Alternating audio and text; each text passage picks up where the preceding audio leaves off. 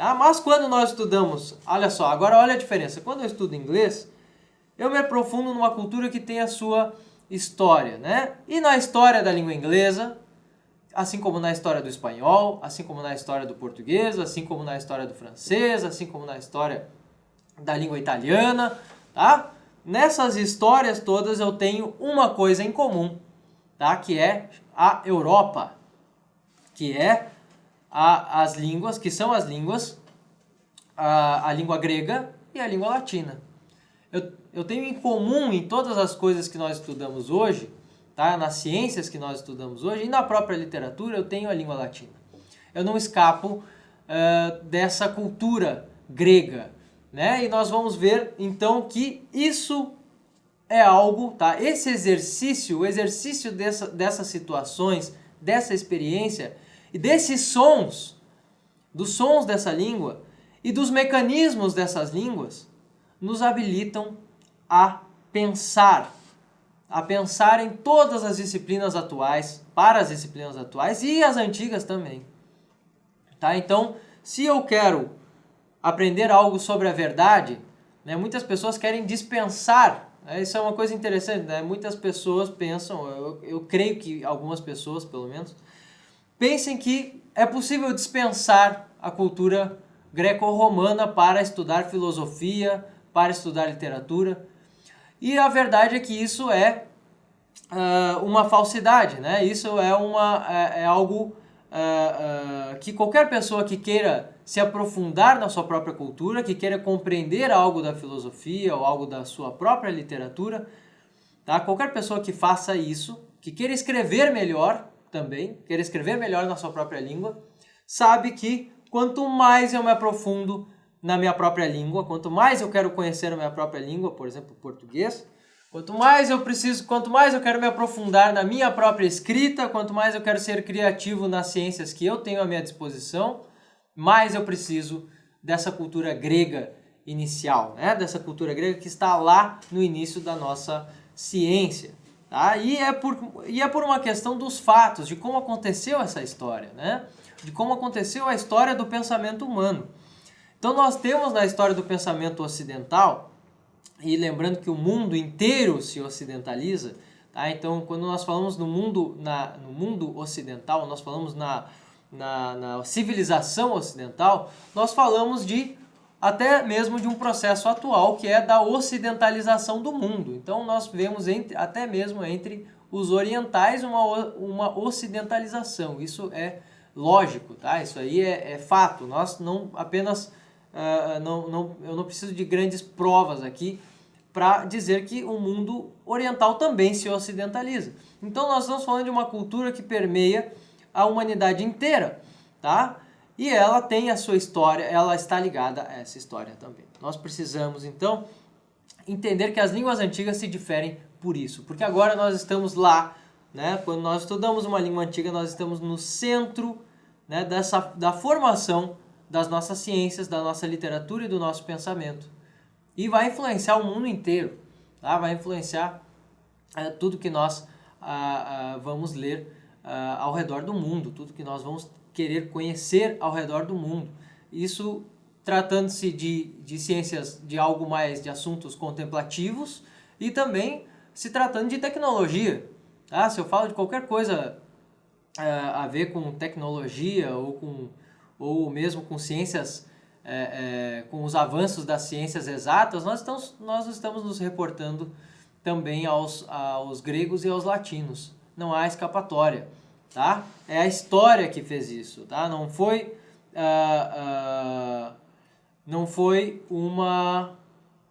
apenas uma, como eu posso dizer, eu acabei lendo a pergunta e eu acho que eu me perdi aqui, vamos ver. O senhor pode dar um exemplo de influência ocidental no Oriente? Claro, a música, né? Nós temos aí o cultivo da música. Quando nós pegamos qualquer orquestra de um desenho oriental, por exemplo, tá? Quando nós pegamos ali o entretenimento oriental hoje, ele tem ali uma literatura ele já tem influência da literatura ocidental, tá? Já tem influência completa da literatura ocidental. A música tem influência completa da literatura ocidental. O próprio ensino, né? O próprio estudo da língua inglesa já faz com que os orientais tenham aí uma espécie de ocidentalização, né? Então isso tudo está ligado à cultura ocidental, tá? E a história mesmo, a história profunda da cultura ocidental, ela adentra o mundo, né, as civilizações orientais também, tá? É claro que a recíproca às vezes é verdadeira, mas a gente sabe que com base a todas as disciplinas e ciências e a literatura também, nós sabemos que há aí uma influência ocidental muito forte no mundo, tá? Porque afinal de contas, aqueles que começaram a falar, né, a diferenciar, né, a categorizar as coisas do mundo, das coisas da realidade, de um modo mais preciso, e também começaram a falar dessas coisas eu estou falando aqui, vocês vão entender o sentido no qual eu estou falando, né?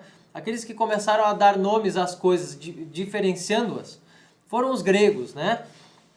Nós pegamos ali, quando nós lemos Platão, Aristóteles, as discussões sobre justiça, as discussões sobre a própria linguagem, tá? Quando nós vemos tudo isso, né?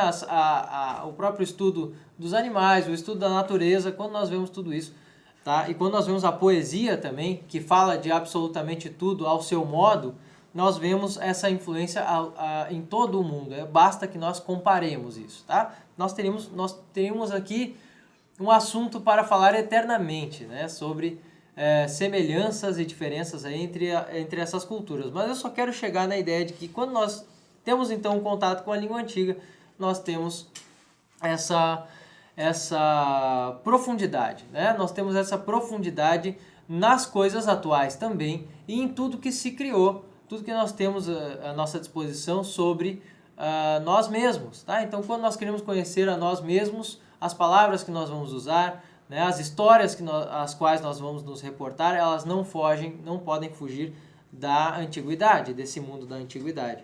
Então, estudar a língua grega e a língua latina é o aprofundamento em todo o conhecimento que nós possuímos enquanto habitantes desse mundo, tá? Então nós não vamos escapar dessas duas coisas. É claro que nós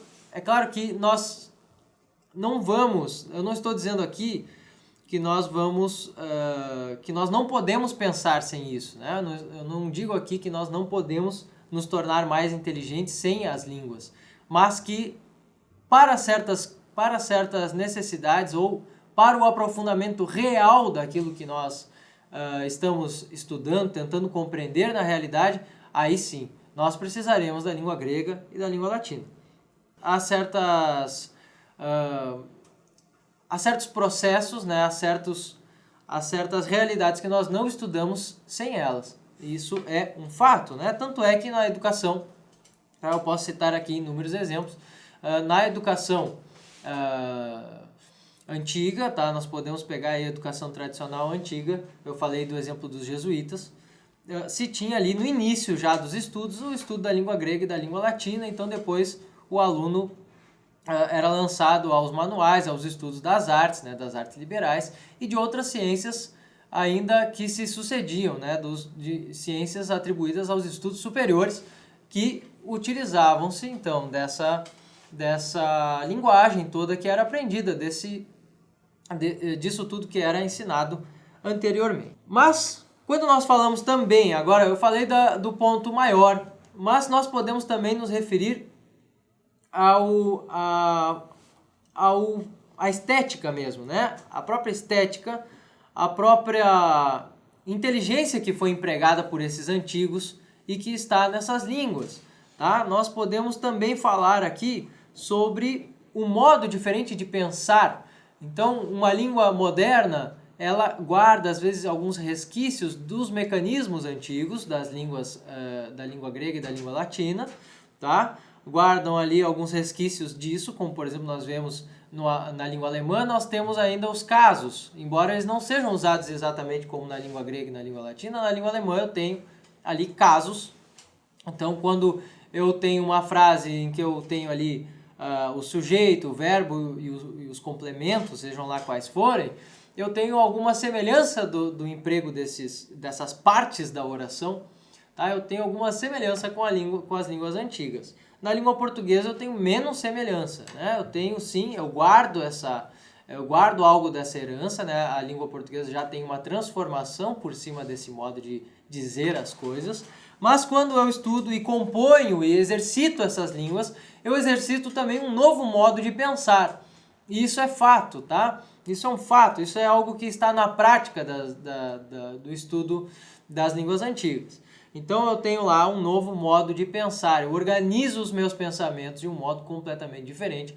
A minha imaginação a minha própria criação, né, quando eu crio e digo algo a mim mesmo, quando eu procuro entender algo da realidade e falo sobre algo da realidade, penso sobre algo da realidade, nessas línguas eu tenho ali um novo processo, eu sou encaminhado a dizer, né, eu sou levado a dizer aquelas coisas de um modo diferente, que às vezes são mais claros, que às vezes podem se tornar até mais claros do que quando nós tentamos falar na nossa própria língua, tá? Às vezes nós somos capazes de falar, para certas situações nós só somos capazes de usar melhor a língua portuguesa porque compreendemos muito bem a língua latina e a língua grega, certo? Então, é mais ou menos assim que acontece, tá? Se, por exemplo, eu falo do assunto da lógica, né, da dialética, tá?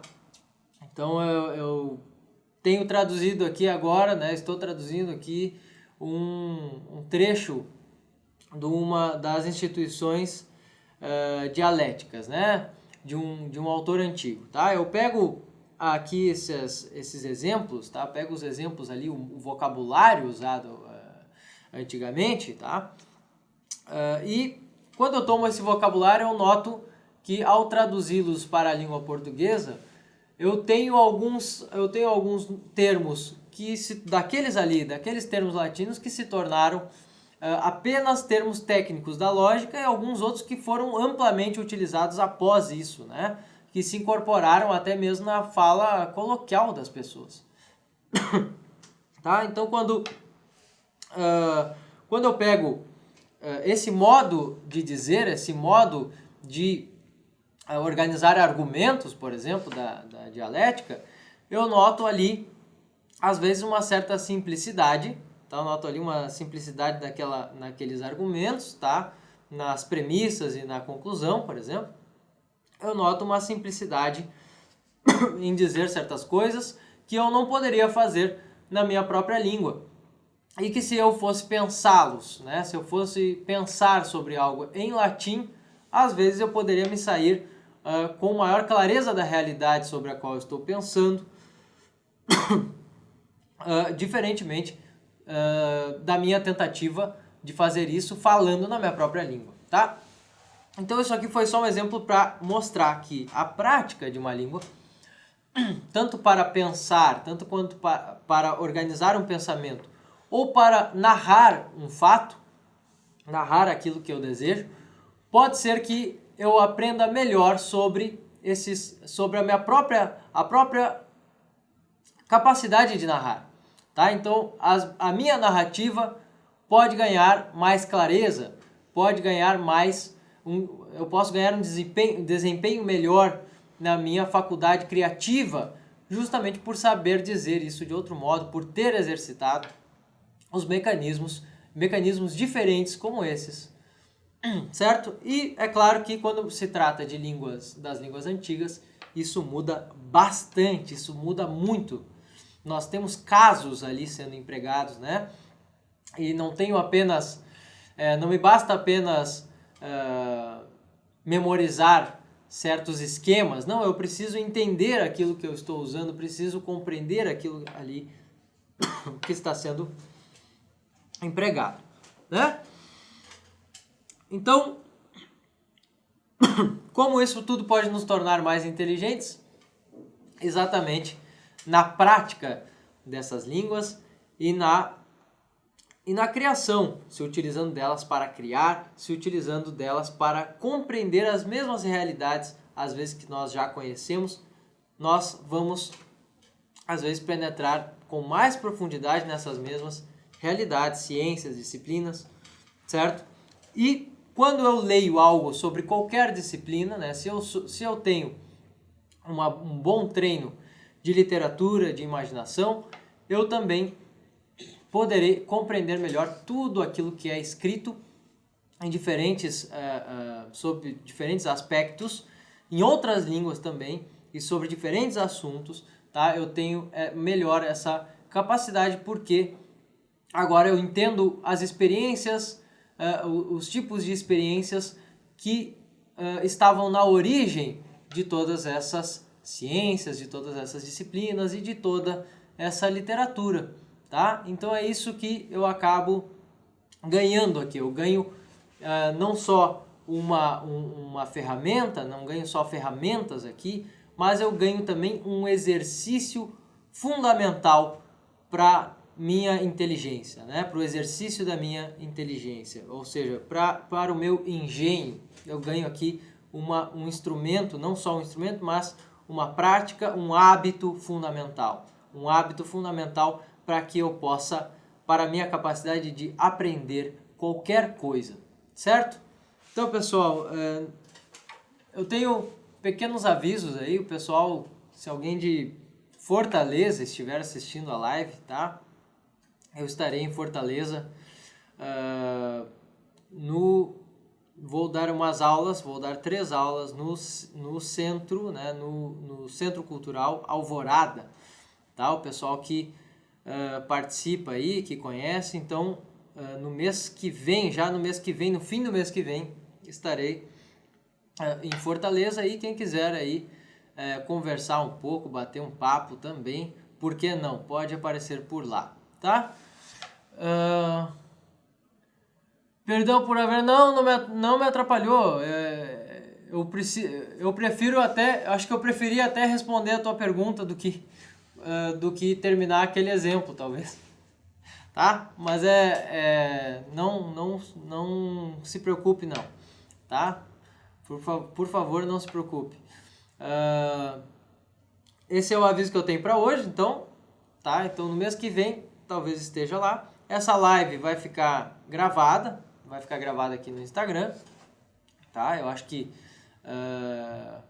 nós temos também essa gravação aqui, está sendo simultaneamente gravado por uma câmera, então para poder, enfim, pegar aqui, organizar melhor esse vídeo e deixar o conteúdo aí para todos vocês que tiverem perguntas, tá? Vamos ver aqui. Em geral, para um lusófono, é mais fácil traduzir do grego koiné ou do latim? Bom, olha só.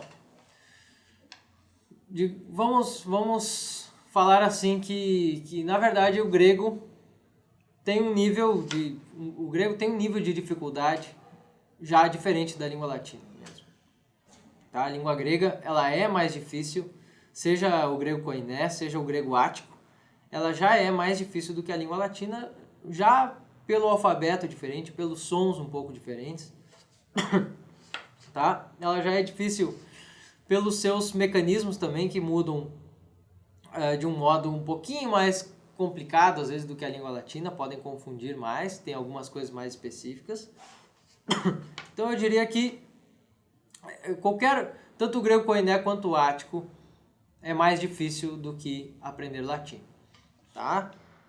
Aprender latim com certeza é muito mais próximo de alguém que fala português. Então, quando nós nos deparamos ali com a língua latina, os capítulos iniciais do Família Romana, por exemplo, eles são bastante... Tem vocábulos ali, quase todos nós conhecemos inicialmente, né? Quase todas as palavras que aparecem ali nós conhecemos, da nossa própria língua, porque compartilham das mesmas raízes, né? Enquanto no grego não. No grego, às vezes até compartilham das mesmas raízes, mas nós não as percebemos, porque elas têm menos semelhança com o nosso vocabulário comum, né? Com o vocabulário que nós usamos no dia a dia, por exemplo, ou que nós mais usamos, com o nosso vocabulário frequente. Tá? Então, às vezes, a língua grega nós temos mais dificuldade de compreender quando tem uma raiz da língua portuguesa numa leitura do grego do que na leitura latina, né? Esses dias notei que não sei definir o significado de algumas palavras que conheço. Só as conheço pelo uso. Exato. Tá? Isso é comum. É sempre bom que nós tenhamos pelo menos um sinônimo. Tá? Pelo menos consigamos expressá-las de algum modo. Tá? Então, assim, quando nós dizemos que o método direto, eu devo estudar o método direto, nós não queremos dizer que nós devemos abandonar a capacidade de dizer na nossa língua aquilo que estamos lendo. Tá? Pelo contrário, primeiro nós entendemos, né? Fazemos os exercícios e logo depois nós já devemos nos preocupar aqui, assim que nós estudamos, já podemos nos preocupar, depois de terminar um capítulo, ou enquanto nós vamos estudando, nós já devemos nos preocupar também em dizer na nossa própria língua aquilo que nós estamos estudando. Tá? Conseguir dizer que palavra é aquela. E não dizer porque procuramos no dicionário necessariamente. Às vezes nós devemos procurar no dicionário, é claro. Mas tentar dizer com o vocabulário que temos. E é muito importante isso justamente para a nossa capacidade de escrita. É assim mesmo que nós melhoramos a escrita na língua portuguesa. Nós aprendemos outros modos de dizer as coisas, né? De dizer de escrever as mesmas coisas que nós escrevemos com o nosso vocabulário pessoal, né? Com o vocabulário que nós usamos de costume. Tá? Então, e a língua latina tem uma outra coisa interessante, né? Muitas palavras que nós estudamos em latim, que parecem novas e que às vezes nós identificamos alguns sinônimos, elas também são sinônimos das palavras, de palavras portuguesas e são quase iguais na língua portuguesa, mas nós não as conhecemos. Tá? Então, se nós pegamos um autor português, como por exemplo Aquilino Ribeiro, tá? Quem já leu Aquilino Ribeiro, ele tem lá alguns... pega lá o romance do Aquilino Ribeiro, As Três Mulheres de Sansão. Tá? Nós vamos ver ali palavras latinas praticamente. Né? Nós vemos ali palavras que são praticamente o latim diretamente empregado. E ele usa aquilo como se aquilo fosse quase um vocabulário usual da língua portuguesa, né? Mas não é muito usual, no entanto, existe na língua portuguesa, porque é latim, e porque português pode ser considerado, de um certo modo, latim. Embora não a rigor, né? Mas é uma língua neolatina. Tá? Então, nós temos aí só a ganhar nisso, tá? Em poder dizer as palavras que nós aprendemos. E quando nós temos dificuldade de dizê-las, nós temos que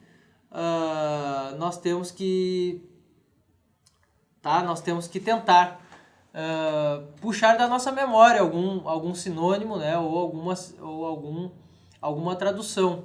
Nós temos que tentar fazer isso. Isso é um exercício importante, tá? Isso é um exercício importante, isso nos ajuda a aprender também.